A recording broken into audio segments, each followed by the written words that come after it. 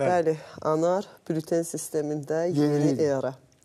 Deməli, bu sistem vətəndaşların xəstəlik və əmək qabiliyyətsizliyi dövründə daha şəffaf və rahat şəkildə məlumat mübadiləsinə imkan verəcək. Bəli, təbii ki, gözləntilər bu yöndədir və dəyərli izləyicilər, siz də özünüz və bu mövzuda yaranan suallarla bağlı müxtəlif təbii ki, cavablar olacaq. Həmin cavabları almaq üçün biz bu mövzunu studiyamızın qonağı ilə müzakirə edəcəyik. Həmsöhbətimiz Səhiyyə Nazirliyi Rəqəmsal Səhiyyə Mərkəzinin mütəxəssisi Sevinç Məhərrəmovadır. Məhz bu mövzu ətrafında onunla söhbətləşəcəyik. Sevinç xanım, xoş gördük sizi.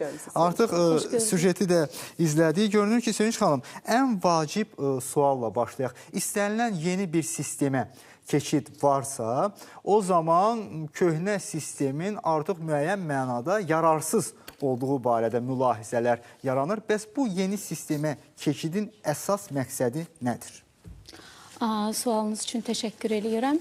Qeyd edeyim ki, belə doğru vurğuladınız. Hər bir yeni sistem müəyyən zaman tələb edir, müəyyən köhnə sistemin artıq lazımsız olduğu, perspektivlərin daha az olduğu və dövrün tələbləri üzərində mövcud tendensiyalar baxımından aktuallaşdığı üçün sistemlər dəyişilir. Eyni qaydada da rəqəmsallaşma məsələsi ki, bütün dünyada artıq qlobal rəqəmsallaşma proseslərinin içində Azərbaycanda da bu proses başlayır və bu da eyni zamanda Səhiyyə Nazirliyi, belə deyək, ümumiyyətlə səhiyyə sistemini də əhatə edir. Elə bültenlərin də yəni xəstəlik vərəqələrinin də rəqəmsallaşması məsələsi bu baxımdan gündəmə gəldi. Qeyd edim ki, xəstəlik vərəqələrinin elektronlaşması artıq 2024-cü il 4 aprel 199 sayılı Nazirlər Kabinetinin qərarı ilə tənzimləndi. Elə 2024-cü ildən etibarən də sığorta olunanlar üçün xəstəlik vərəqələri artıq elektron qaydada tərtib olundu. Lakin bildiyiniz kimi həmişə bir prosesin yeni başlanması müəyyən uzun bir zaman tələb edir. Bu proses də mərhələli şəkildə başladıldı və bununla bağlı Səhiyyə Nazirliyinin nəzdində olan Rəqəmsal Səhiyyə Mərkəzində həmin tibb müəssisələri üçün treninqlər təşkil etdi, təlimlər keçirilir. Yəni, bu elektron xəstəlik vərəqələrinin yaradıldığı həmin vahid səhiyyə informasiya sisteminin istifadə qaydası və ondan xəstəlik vərəqələrinin elektron şəkildə necə tərtib etmək olar istiqamətində və bu hazırki bugünə dək də davam edir. Bununla bağlı artıq sığorta olunanlar üçün xəstəlik vərəqələrini elektron qaydada tərtib edən tibb müəssisələri var, davam edirlər onlar. Amma bütün ölkə səviyyəsində artıq yalnız elektron şəkildə xəstəlik vərəqələrinin əsas hesab olunacaq, yəni müavinətin hesablanması üçün artıq mayın 1-dən qüvvəyə minir ki, artıq mayın 1-dən etibarən bütün tibb müəssisələri bilməlidirlər ki, kağız daşıyıcıda tərtib olunmuş xəstəlik vərəqələri qüvvədən düşəcək və etibarsız hesab ediləcək. Bəli, Sevinç xanım, ümumiyyətlə bu sistemin tətbiqi hansı problemləri həll etməyi nəzərdə tutur? Problemlər bu ilk növbədə kağız daşıyıcıda, belə deyək, kağız daşıyıcıların dövriyyədən çıxmasına xidmət edir. Birinci məsələ budur. İkinci məsələ prosesi sürətləndirmək, şəffaflığın artırılması məsələsini gündəmə gətirir. Yəni, elektron xəstəlik vərəqələrinin tərtib olunması daha şəffaf sistem üzərindəndir və burada elektron imzadan istifadə edilir.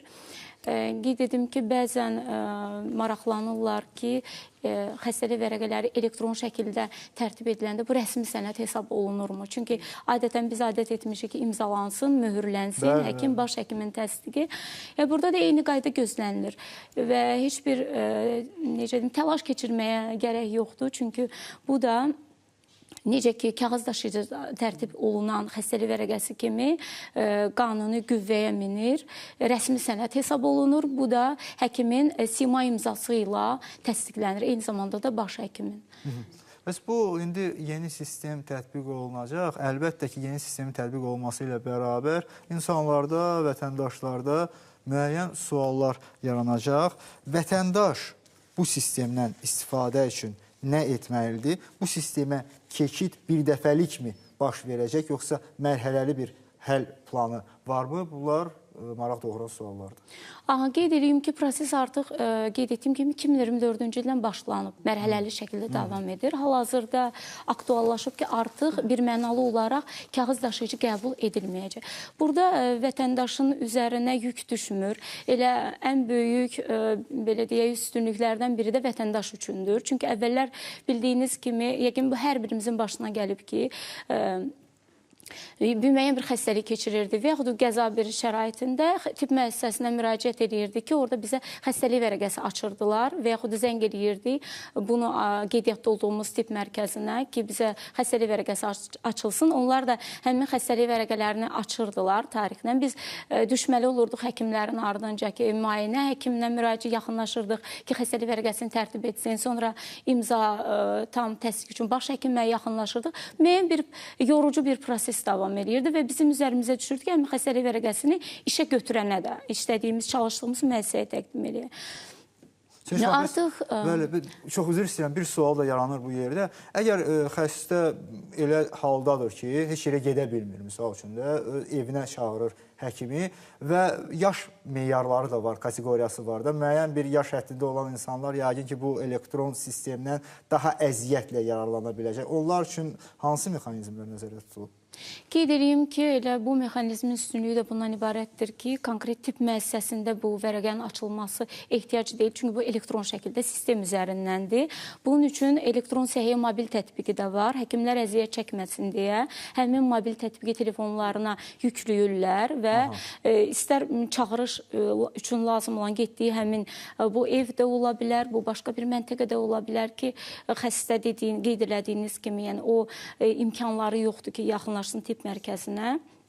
Həmin tarixdən etibarən o həmin elektron səhiyyədə VSIS, vahid səhiyyə informasiya sisteminə keçid modulu orada da yerləşdirilir və həmin modul üzərindən həkim elə xəstə üçün bülten aça bilir, yarada bilir onu, öz imzası ilə də təsdiq edə bilir. Burada belə bir çətinlik yoxdur. Demək, yəni görmədən bütün bu proseslər baş verir də. Bəli, görmədən dedikdə bu elektron səhiyyə, bəli, mobil tətbiqi üzərindən də icra edə bilir. Sevinç xanım, bir qədər öncə qeyd etdiniz ki, əvvəl əgər bir bülteni almaq üçün, belə deyək də, bir günlər sərf olunurdu, həkim oradadır, yoxsa orada deyil, yəni vaxt aparan bir proses idi. Elektron bültenin verilməsi və təsdiqlənməsi bəs nə qədər vaxt aparacaq? Yoxsa elə anında baş verir hər şey?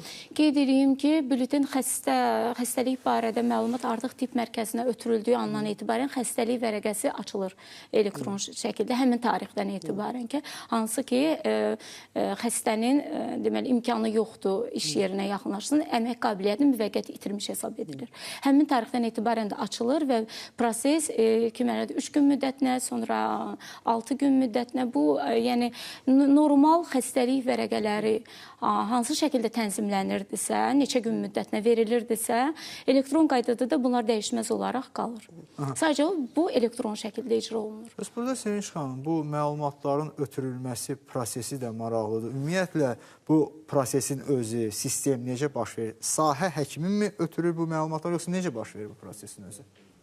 Məlumatlar adətən stasionarda baş verir, hansı tibb mərkəzləri ki, xəstəlik vərəqələri təqdim etmə səlahiyyətinə malikdirlər. Onlar, yəni xəstəlik vərəqələrini həmin terapevt, belə deyim, müayinə həkimi, kim ki müayinə edib xəstəni və diaqnozu təyin edib, onlar da elə və xəstəlik vərəqəsi vermə səlahiyyəti var. Bu çox vacibdir, çünki bütün həkimlərin xəstəlik vərəqəsi vermə səlahiyyətləri yoxdur.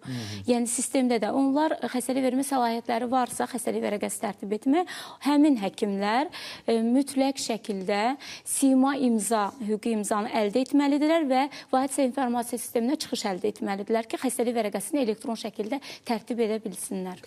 Sevinç xanım, tamaşaçımız yazır ki, ümumiyyətlə vətəndaş öz bülten məlumatlarını necə izləyə və yoxlaya biləcək? Bu deməli qeyd edeyim ki, vətəndaş, qeyd elədiyim kimi, vətəndaş artıq xəstəlik vərəqəsini tibb məntəqəsinə götürmür və yaxud işə götürənə çatdırmır. Bunlar elektron qaydada baş verir. Bunlar necə baş verir?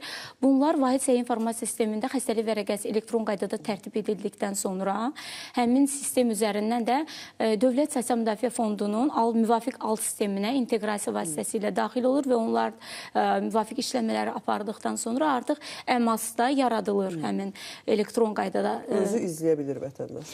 Vətəndaş da istəsə elektron səhiyyə mobil tətbiqində onun üçün əl çatandır. Orada yəni arayışlar hissəsində mobil tətbiqin görə bilir. Ona açılan bülletin yaradıldığı vaxtdan etibarən artıq ki o çatdırılıb işə götürənə və Dövlət Sosial Müdafiə Fonduna daxil olub, o həmin onun da elə elektron səhiyyə mobil tətbiqində mövcud kabinetində əl çatan olur, belə deyək. Təşəkkür edirik Sevinç xanım. Buyurun, Ətraflı təşəkkür məlumat edirəm. üçün, sualları cavablandırdığınız üçün.